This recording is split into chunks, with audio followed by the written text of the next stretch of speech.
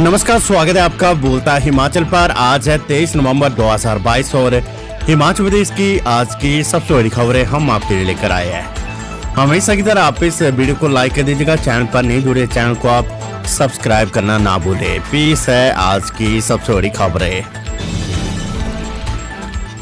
900 delegate चुनेंगे बिजली board union का नया सरदार। पालमपुर में 25 को होगा महासम्मेलन।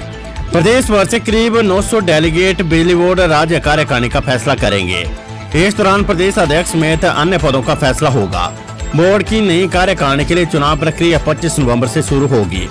पालमपुर में होने जा रहे राज्य सम्मेलन के दूसरे सत्र में यूनियन का चुनाव आयोजित होने जा रहा है। सम्मेलन के पहले सत्र में कर्मचारी बोर्ड के निजीकरण के प्रयास और कर्मचारियों की घटती संख्या पर मंथन करेंगे। बिजली बोर्ड कर्मचारी यूनियन के महासचिव हीरालाल वर्मा ने बताया कि ये राज्य स्तरीय सम्मेलन ऐसे समय में हो रहा है जब बिजली बोर्ड के ऊपर इसके निजीकरण का खतरा मंडरा रहा है। वहीं इसकी वित्तीय स्थिति पिछले कुछ महीनों से बुरी तरह से चरमराने से कर्मचारियों को अभी तक संशोधित वेतनमान की बकाया राशि का भुगतान नहीं हो पाया है। 19 फरवरी को होगा national means cum merit scheme के लिए एग्जाम।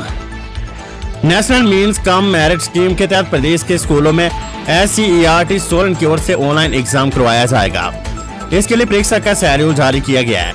प्रदेश के 22 परीक्षा केंद्रों में 19 फरवरी 2023 को ये परीक्षा होगी। परीक्षा के लिए 1000 रुपए फीस तय की गई है। ऐसे परिवार से संबंध रखने वाले छात्र जिनकी पारिवारिक आय 3,50,000 से कम है, इस स्कॉलरशिप के लिए पात्र होंगे। कक्षा 8वीं के छात्र इस परीक्षा के लिए पात्र रखे गए हैं। इसके लिए कक्षा 8वीं में छात्रों के 55% अंक होना अनिवार्य है। शिक्षा विभाग ने इस बारे में सभी स्कूलों के डिप्टी डायरेक्टर को निर्देश जारी किया है। हालांकि SC/ST वर्ग के लिए अंकों में 5% की छूट दी गई है। छात्र यदि इस परीक्षा को पास करते हैं तो अगले 4 साल तक वे स्कॉलरशिप का हकदार होगा। मुख्य निर्वाचन अधिकारी बोले, स्ट्रॉन्ग रूम के बाहर राजनीतिक दल लगा सकते हैं टेंट। हिमाचल प्रदेश के मुख्य निर्वाचन अधिकारी मनीष गर्ग ने कहा है कि EVM की सुरक्षा के लिए बनाए गए स्ट्रॉन्ग रूम के बाहर राजनीतिक दलों की ओर से टेंट लगाना नियमों का उल्लंघन नहीं है। ये एक सामान्य प्रक्रिया। चुनाव आयोग की गाइडलाइन भी है कि उम्मीदवार के प्रतिनिधि पूर्व सूचना पर स्ट्रॉन्ग रूम के बाहर निर्धारित दूरी पर टेंट लगा सकते हैं।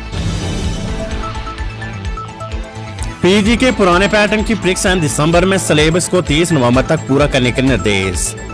हिमाचल प्रदेश विश्वविद्यालय में सत्र 2022-23 से स्नातकोत्तर डिग्री कोर्स में CBS क्रेडिट सिस्टम शुरू किया गया है। इसलिए पुराने अंक आधारित पैटर्न की परीक्षाएं और CBS में प्रथम सेमेस्टर की परीक्षाएं अलग अलग होगी। विश्वविद्यालय के अधिष्ठाता अध्ययन प्रोफेसर कुलभूषण चंदेल ने सभी विभागाध्यक्षों के साथ बैठक कर होने हर हाल में पुराने पैटर्न में तीसरे, 5वें और 7वें सेमेस्टर के शेष बचे सिलेबस हर हाल में 30 नवम्बर तक पूरा करने के निर्देश दिए गए हैं।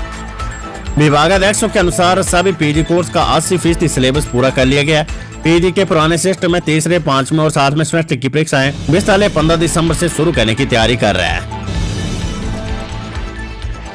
पुलिस भर्ती पेपर लीक मामला। बिहार के तीसरे आरोपी ने भी किया आत्मसमर्पण। अभ्यर्थियों को पेपर बेचने का आरोप। हिमाचल प्रदेश पुलिस भर्ती पेपर लीक मामले में बिहार के तीसरे आरोपी ने भी मंगलवार को अदालत में आत्मसमर्पण कर दिया है। जांच टीम की लिस्ट में ये आरोपी वांटेड था। अदालत ने इसे 5 दिन की पुलिस रिमांड पर भेज दिया है। आरोप है कि भरत कुमार निवासी वार्ड नंबर 28 गांव लखीसराय ने अपने साथियों अभिनेता और वेद प्रकाश के साथ मिलकर पैसे लेकर पेपर अभ्यर्थियों को बेचा था। बिहार से संबंध रखने वाले अभिनेत कुमार और वेद प्रकाश बीते गुरुवार को आत्मसमर्पण कर चुके हैं। ये दोनों भी पुलिस रिमांड पर चल रहे। मंगलवार को इन्हें कांगड़ा में न्यायाधीश श्वेता नरोला की अदालत में पेश किया गया है। अदालत ने अभिनेत कुमार और वेद प्रकाश की 3 दिन की और पुलिस रिमांड बढ़ा दी है। बताया जा रहा है कि अभिनेत कुमार ने सुपरवाइजर का काम किया था। वेद प्रकाश ने गगल में 5 अभ्यर्थियों को ऑनलाइन टेस्ट सेंटर में पढ़ाया था। भट्ट कुमार ने इनको पढ़ाने के लिए कहा था। Weather update. हिमाचल में 6 दिन साफ रहेगा मौसम। प्रदेश के 7 शहरों की रातें शिमला से सर्द। हिमाचल प्रदेश में 6 दिनों तक मौसम साफ रहने का पूर्वानुमान है। मौसम विज्ञान केंद्र शिमला के अनुसार प्रदेश के सभी भागों में 28 नवंबर तक मौसम शुष्क रहने के आसार है। वहीं प्रदेश के न्यूनतम तापमान में लगातार कमी दर्ज हो रही है। केलांग और कुकुमसेरी का पारा माइनस में चल रहा है। आने वाले दिनों में न्यूनतम तापमान में और अधिक गिरावट होने की आशंका है। मौसम साफ रहने से ऊना, पालमपुर, सोलन, मंडी, सुंदरनगर, हमीरपुर, चंबा आदि शहरों का न्यूनतम तापमान रात के समय शिमला से कम दर्ज किया जा रहा है। कंज्यूमर कमीशन उपभोक्ता आयोग ने इंश्योरेंस कंपनी को दिए 2,76,000 रुपए अदा करने का आदेश। हिमाचल प्रदेश राज्य उपभोक्ता विवाद निवारण आयोग ने क्षतिग्रस्त वाहन के क्लेम के लिए वाहन मालिक को हकदार ठहराया है। जिला उपभोक्ता आयोग मंडी ने बालक की याचिका को खारिज कर दिया था। आयोग ने इंश्योरेंस कंपनी को 2,76,186 रुपए अदा करने का आदेश दिया है। इस राशि पर 9% ब्याज देने को भी कहा गया है। आयोग ने 20,000 मुआवजा और 10,000 रुपए मुकदमेबाजी खर्च देने के आदेश भी दिए हैं। निर्णय की अनुपालना के लिए आयोग ने इंश्योरेंस कंपनी को 45 दिन का समय दिया है। बीमा अवधि के दौरान हुई दुर्घटना से शिकायतकर्ता की गाड़ी को काफी नुकसान हुआ था। इंश्योरेंस कंपनी ने 2,76,186 रुपए गाड़ी का नुकसान आंका था। कंपनी ने ये कहकर नुकसान देने से मना कर दिया था कि चालक ने इंश्योरेंस पॉलिसी के नियमों का उल्लंघन किया है। बिलासपुर के 4 टोल बैरियर आबकारी विभाग ने लिया अपने अधीन। हिमाचल प्रदेश के बिलासपुर जिले के तहत आने वाले गारामोड़ा, सेला घोड़ा, कोलावाला, टोबा और ग्वालथा स्थित टोल बैरियर को अब आबकारी और कराधान विभाग ने अपने अधीन कर लिया है। ठेकेदार द्वारा बकाया राशि न चुकाने के चलते ये कदम उठाया गया है। प्रति छोटे वाहन से 30 और बड़े वाहन से 50 रुपए लिए जाते हैं। ठेकेदार पर करीब 4.5 करोड़ रुपए का बकाया है। विभाग ने कई बार ठेकेदार को बकाया चुकता करने के लिए नोटिस जारी किए, लेकिन कोई भी जवाब नहीं दिया गया। खबर मंडी से ओट के थलोट, नगारनी और फागू गांव में फोर लेन निर्माण पर रोक। चंडीगढ़ मनाली फोर लेन के निर्माण कार्य के दौरान प्रभावित ग्राम पंचायत ओट के थलोट, नगारनी और फागू गांव का दौरा मंगलवार को एसडीएम बालीचौक की सिद्धार्थ आचार्य ने किया। ग्रामीणों की शिकायत पर प्रशासन ने पाया कि इन गाँव के बाहर जो दरारें आई है वो काफी बड़ी और धीरे धीरे बढ़ रही है। 32 मकान, 16 गौशाला, 3 मंदिर और 1 सराय खतरे की जद में है। इस पर प्रभावित क्षेत्र के इर्द गिर्द प्रशासन ने NHI को फोर लेन का निर्माण कार्य बंद करने के निर्देश दिए है। वहीं जियोलॉजिकल डिपार्टमेंट की ओर से सर्वे किए जाने की बात कही है, जिसके बाद सुरक्षा के उचित कदम उठाए जाएंगे। मामले की रिपोर्ट बनाकर आला अधिकारियों को भेजी जाएगी। बता दें कि प्रभावितों ने डीसी मंडी से क्षेत्र का दौरा करने की अपील की थी।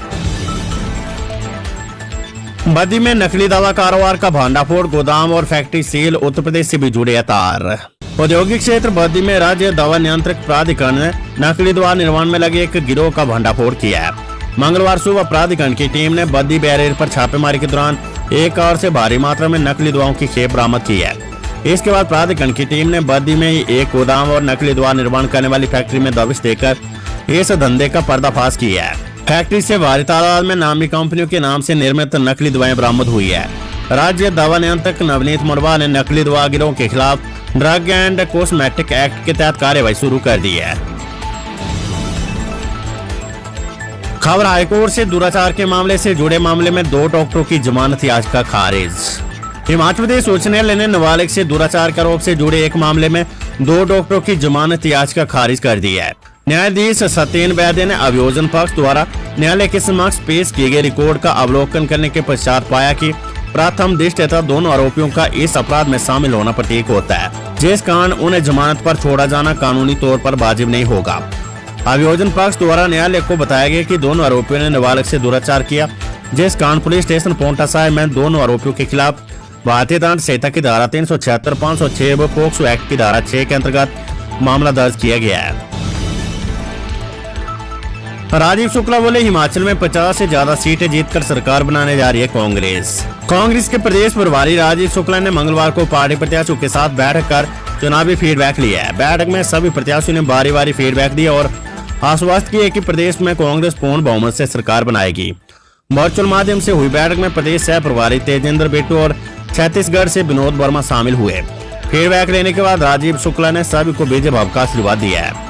उन्होंने कहा कि प्रदेश में कांग्रेस 50 से ज्यादा सीटें जीतकर सरकार बनाने जा रही है। उन्होंने कहा कि जिस तरह से पूरे चुनाव में पार्टी के सभी नेताओं और कार्यकर्ताओं ने एकजुट होकर उम्मीदवारों के लिए काम किया है, उसी मुस्तैदी के साथ अब मतगणना के दिन तक काम करने की जरूरत है। शुक्ला ने कहा कि हिमाचल प्रदेश में भाजपा सरकार के खिलाफ जन आक्रोश और प्रदेश में सत्ता परिवर्तन की लहर साफ नजर आ रही है। बैठक में राजीव शुक्ला ने सभी नेताओं को ईवीएम की सुरक्षा और स्ट्रॉन्ग रूम की निगरानी के लिए जरूरी टिप्स दी है। उन्होंने कहा कि अंतिम क्षणों में ईवीएम से छेड़छाड़ कर भाजपा विधानसभा चुनाव को प्रभावित करने की कोशिश कर सकती है। ऐसे में सभी नेता और कार्यकर्ता स्ट्रॉन्ग रूम और ईवीएम पर कड़ी निगरानी रखे ताकि कोई भी इसमें सेधमारी का प्रयास न कर सके।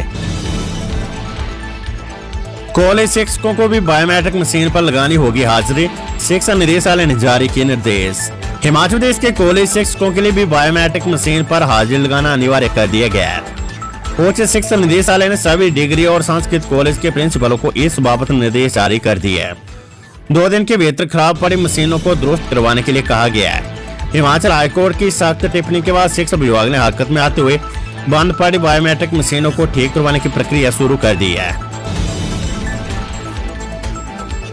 हिमाचल प्रदेश विश्वविद्यालय के शिक्षा विभाग में खाली पड़ी बीएड नॉन मेडिकल की एक सीट को भरने के लिए काउंसलिंग 29 नवंबर को होगी। काउंसलिंग विश्वविद्यालय के शिक्षा विभाग में सुबह 11 बजे से शुरू होगी।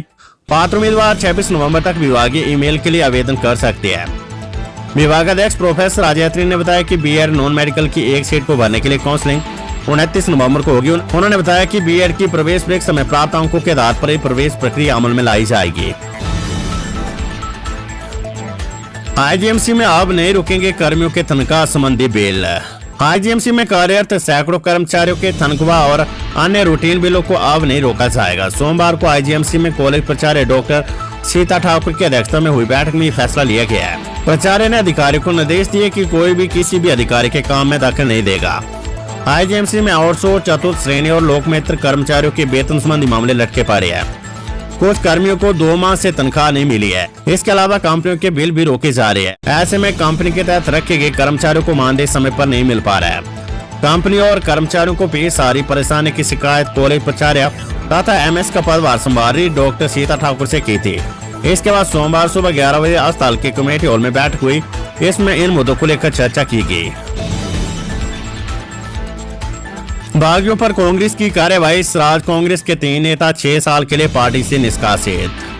हिमाचल प्रदेश कांग्रेस अध्यक्ष सांसद प्रतिभा सिंह ने ब्लॉक कांग्रेस कमेटी सराज की शिकायत पर अधिकृत प्राधिकरण के अनुमोदन के बाद 3 नेताओं को 6 वर्षों के लिए पार्टी से निष्कासित कर दिया है। सराज ब्लॉक कांग्रेस के पूर्व अध्यक्ष टेकचंद धर्मेंद्र कुमार ठाकुर और जिला कांग्रेस सचिव राजेंद्र शर्मा पर पार्टी विरोधी गतिविधियों में शामिल होने के लिए कार्यवाही की गई है।